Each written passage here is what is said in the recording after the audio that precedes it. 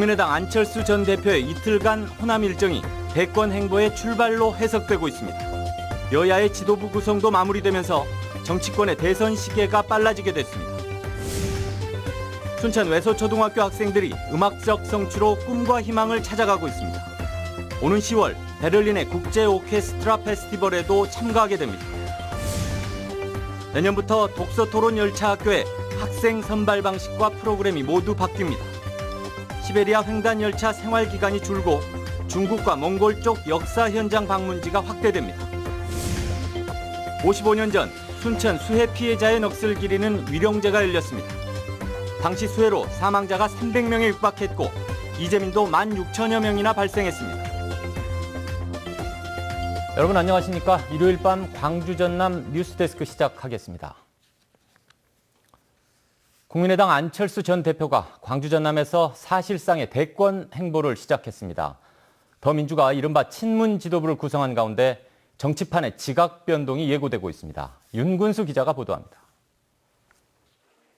지지자들과 함께한 안철수 전 대표의 무등산 등반길.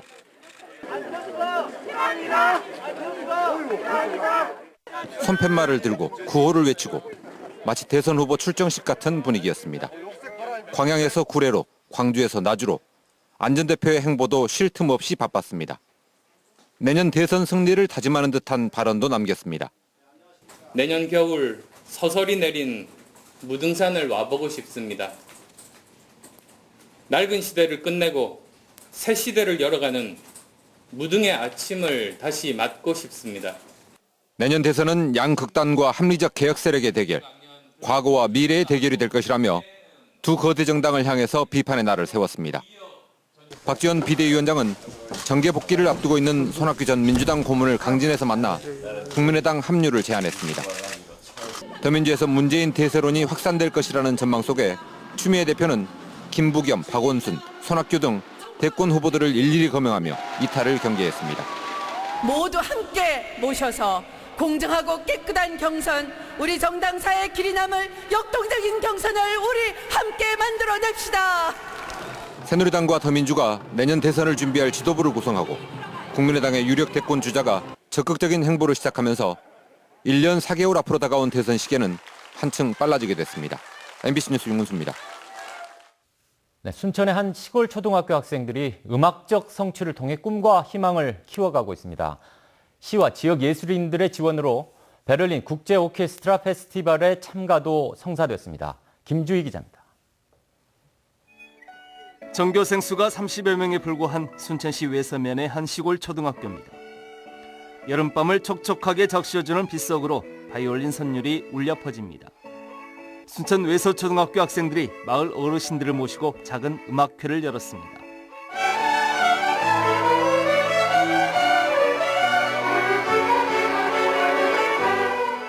학생들이 바이올린과 클라리넷 등 각각의 악기를 배우며 합주 연습을 시작한 것은 지난 3월. 농촌교육 공동화 속에 학생들이 소외감으로 하루하루를 보내는 모습을 안타깝게 바라보던 교장 선생님의 제안이 첫 시작이 됐습니다. 하물며 어린 아이들에게는 얼마나 가능성이 많습니까? 그래서 이런저런 경제성을 떠나서 또 외서라는 작은 곳에 살았다는 이유만으로 좌절하고 쉽게 무너지는 그런 모습은 너무 안타까운 현실이었죠. 학생들은 이제 함께 연주를 하며 내일을 향한 새로운 꿈과 희망을 갖게 됐습니다. 저는 전부터 친구들이랑 노래하고 춤추는 걸 많이 좋아했습니다. 독일에 가서 바이올린도 키고 큰 무대에 서다 보면 꿈을 이루는 데 도움이 될 거라 생각합니다. 최근에는 지역사회에 이 사실이 알려지면서 학생들의 꿈은 현실로 한 발 더 다가갈 수 있었습니다. 순천시와 지역 예술인들의 지원으로 오는 10월 독일의 베를린 국제 오케스트라 페스티벌에까지 당당히 참가하게 된 겁니다.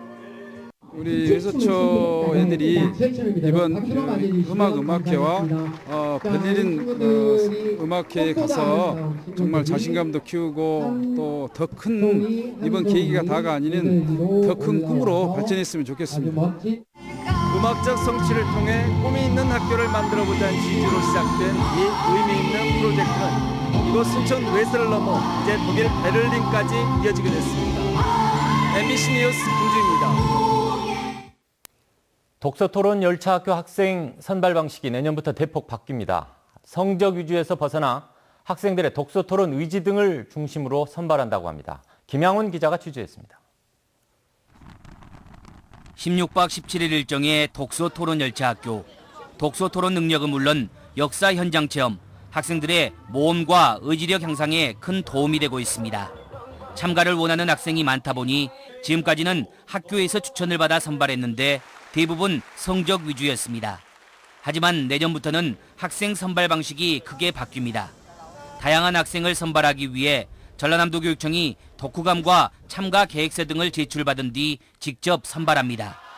금년에 중학교 3학년들에게 11월 중에 내년 독서토론 열차를 참가하고 싶은 본인의 그 열의, 그 계획서를 이렇게 보고요. 효과적인 운영을 위해 참가 인원도 내년부터는 소폭 줄어들 것으로 보입니다. 독서토론 열차 학교 프로그램도 바뀝니다. 시베리아 횡단 열차 생활기간이 8일 2개 구간에서 내년부터는 1개 구간 4일로 줄어듭니다. 대신 중국과 몽골 쪽 역사 현장 방문지를 확대할 예정입니다. 내년도에는 민족의 성지인 백두산과 몽골 등 학생들의 역사의식을 탐방시킬 수 있는 그런 쪽으로 영역을 확대시키도록 하겠습니다. 독서토론 열차 학교가 일회성 행사에 그치지 않도록 하기 위한 후속 프로그램도 준비되고 있습니다. 전라남도 교육청은 안중근 의사의 조카 손녀인 안나이사 여사를 올 하반기 한국으로 초청해 독서토론 열차 학교 학생들과 함께하는 시간을 마련할 예정입니다. MBC 뉴스 김양훈입니다. 55년 전 순천에서 발생한 수해 희생자들의 넋을 위로하는 위령제가 열렸습니다. 순천시는 문화공간 소리골 남도 주관으로 지난 1962년 8월 28일 발생한 순천 수해로 희생된 영령들의 넋을 위로하는 위령제를 올렸습니다. 오후 5시부터는 놀이패 두엄자리 공연과 함께 판소리, 살풀이춤 등 다양한 전통 공연 한마당 행사도 열렸습니다. 지난 1962년 순천에서는 폭우로 저수지 2기 터지면서 시내 3분의 2가 물에 잠겨 사망자 242명에 실종자 48명, 이재민 16,290명이 발생했었습니다. 광주 지역 전통시장에 청년 상인들이 잇따라 입점하면서 활력이 돌고 있습니다. 광주시에 따르면 오는 10월 개장을 앞두고 남광주 밤기차 야시장에 참여할 이동 매대와 푸드트럭 운영자를 선정한 결과 40개 팀 중 30개 팀이 청년 상인으로 선정됐습니다.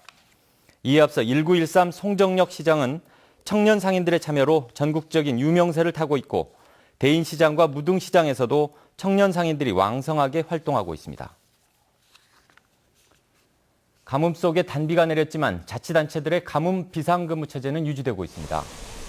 한평구는 오늘 하대발 저수지에 소방차 2대와 물차 2대를 동원해 물을 채웠으며 수확을 앞둔 들녘에 긴급 용수원을 만들어 농업용수 공급에 나섰습니다.